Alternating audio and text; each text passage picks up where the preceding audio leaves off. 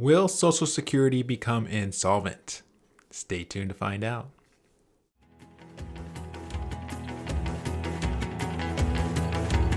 I just want to start off and say, if you don't know this yet, we have a Yelp page. We also have a Google website that you can post some reviews for us. Now, we only got a handful of reviews, and it'd be really amazing and awesome if you felt so inclined to go ahead and leave us a review, hopefully a positive one. But that would really help us to grow our influence, at least in the community that we serve. So what seems to happen every single year is the budget committee comes out and runs through the numbers, does the projections, and spits out the number of this is the year that Social Security benefits will dry up.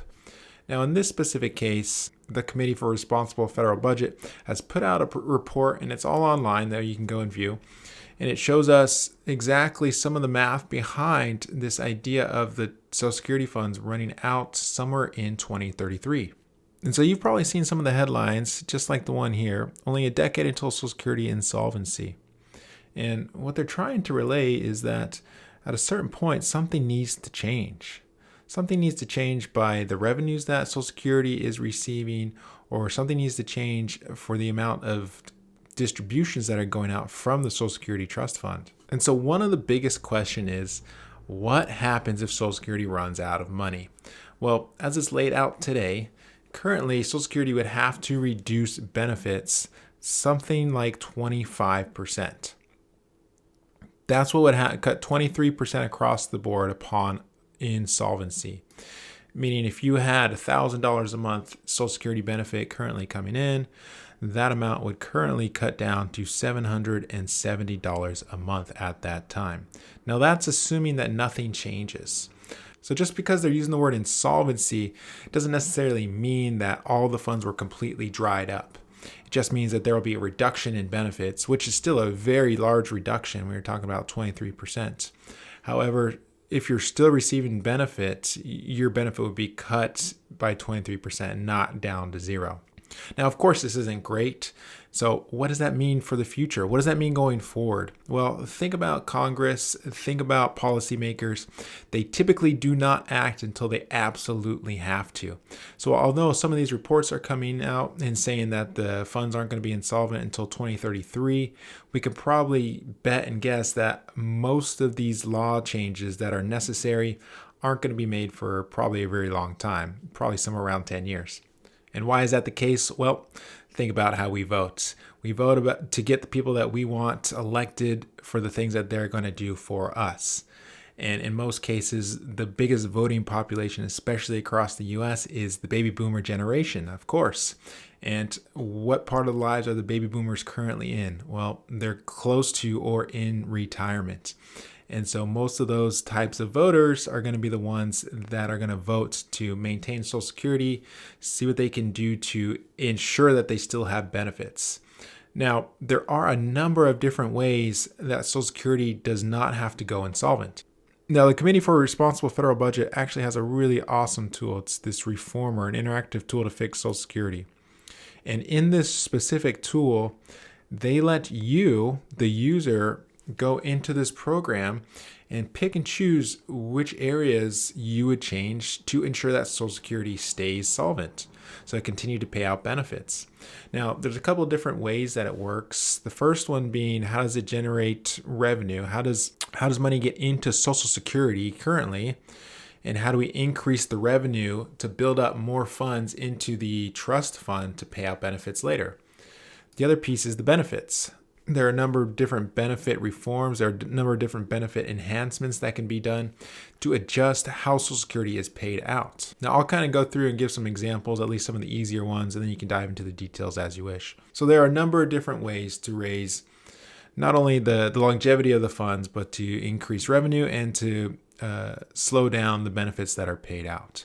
So when you think about when Social Security was created, which was 1939, you think way back then, right? It was never intended to be a full retirement benefit. Not only that, but they didn't anticipate people living that much longer once they started to receive their benefits. And that has probably been one of the biggest changes that has happened amongst retirees, is that our longevity has gotten a lot longer than it has in the past, which means even though the Social Security age has hardly changed, the benefits that are paid out over a longer period of time. And that was never the anticipation. The anticipation was people would receive benefits for a couple of years and then most likely pass away. Well, now people can receive benefits for 20 to 30 years, which was never really part of the calculation. Hence why some of the things that have been implemented are pushing us towards this 2033 deadline date. And so one of the very first things that can happen is they can push back the Social Security minimum age. Not just the minimum age, but the age at which you turn full retirement age. That is the age that is based on the birth year. That is the age at which Social Security claims is your full benefit. Now, of course, you can claim benefit early. You can claim benefit later than that, all the way up to age 70 to get an increase in your benefits.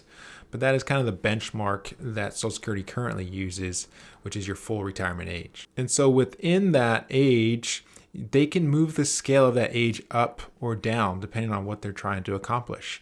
So again, as people are living a lot longer than they have in the past, if they increase the age at which you take Social Security, then that obviously will help bring down a lot of the cost because the benefits aren't going to be paid out as long. People will start later. Even though they're living longer, it still helps to push Social Security benefits along so that it doesn't become insolvent. And here within this tool, you can see some of these things taking place. So there's a calculation for initial benefit growth, increasing the retirement age, as you see here. And this percentage of gap closed, this specific column, you're trying to work your own policy in to get to 100%. And so what currently I did is I put the retirement age to 69 and indexed it to longevity. Meaning again that as people are living longer, that age will essentially move back, start going up in age as to when you can claim Social Security.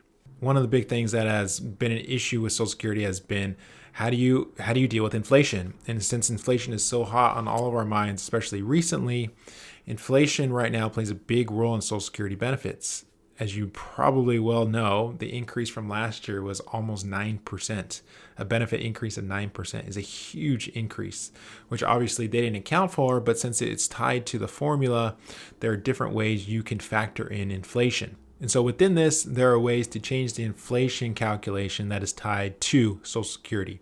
And that actually ends up helping the benefit payout, thus the trust funds and insolvency. Now, probably one of the hardest things to do would be to tack on additional Social Security tax. So when you're working, or if you're still working, this is the line item that you see as SDI, or your what is also known as the payroll tax, the 12.5% that is going towards Social Security currently from your pay. So your employer puts in, you also put in 6.25% each. And so one of the biggest things that can happen is if they increase that specific tax, obviously that's more money coming out of all the people who are working, all of their paychecks. So the higher amount is being taken out and being put into Social Security. One of the other big things that they can do too is actually invest the money in some stocks. Right now, they're just investing in bonds. So you'll see here, it's invest in the stock market, and that kind of helps close the gap a little bit. Of course, there's other benefits that need to be a part of this calculation. There's benefits for disability, for survivors, spousal benefits, divorcee benefits. So there's a lot of different benefits that get lumped into Social Security, and all that kind of culminates into the benefit formula. And so you see here, there are different criteria amongst the calculation that you can change, adjust. One of the other big ones for specifically taxing on your payroll is right now there's a limit for how much Social Security can tax your wages. And that number for 2023, I believe, is around 147,000. So once you go and make above 147,000, Social Security no longer tax the income above and beyond that amount. This specific calculator then points out that there are ways to increase revenues for the Social Security program, and that would be subjecting all wages to payroll tax, or 90% of wages, or just the ones that are above 400,000. So Again, there are a number of different levers that can be pulled in order to get Social Security back and running again. It's just a matter of which one's going to work best amongst especially the population who's receiving benefits. I'll put a link to this calculator in the video in the podcast notes. That way you can go ahead and take a look and play policymaker and kind of just dive in and adjust things to your heart's desire. The interesting thing here at the bottom of this specific webpage is that if you go to summary here, they say, hey, help us spread the word and then make your choices count. I don't know where this thing goes to. I think it goes to them, and they go ahead and push that onto the policymakers. But it's kind of an interesting little tool. It actually has a lot of functionality. It's got a lot of explanation around all these different levers.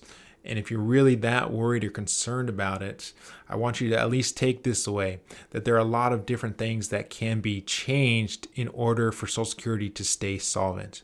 Not only solvent now beyond 2033, but way into the future, beyond 2050 even, 2075, 2099 is what they have listed out here. So there are a lot of different tools that can be applied, and a lot of them come down to how the benefits are paid out, how the benefits are taxed on the front end, and ultimately when people start taking those benefits. At least for now, that's what the scenarios look like, and there's a lot of different ways to adjust.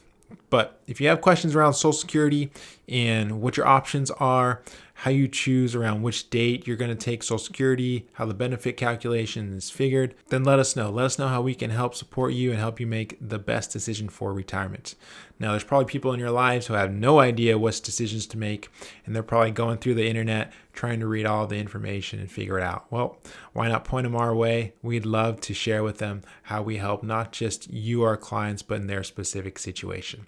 So as always, I hope you have a great day and enjoy the rest of your weekend. Until next time, take care.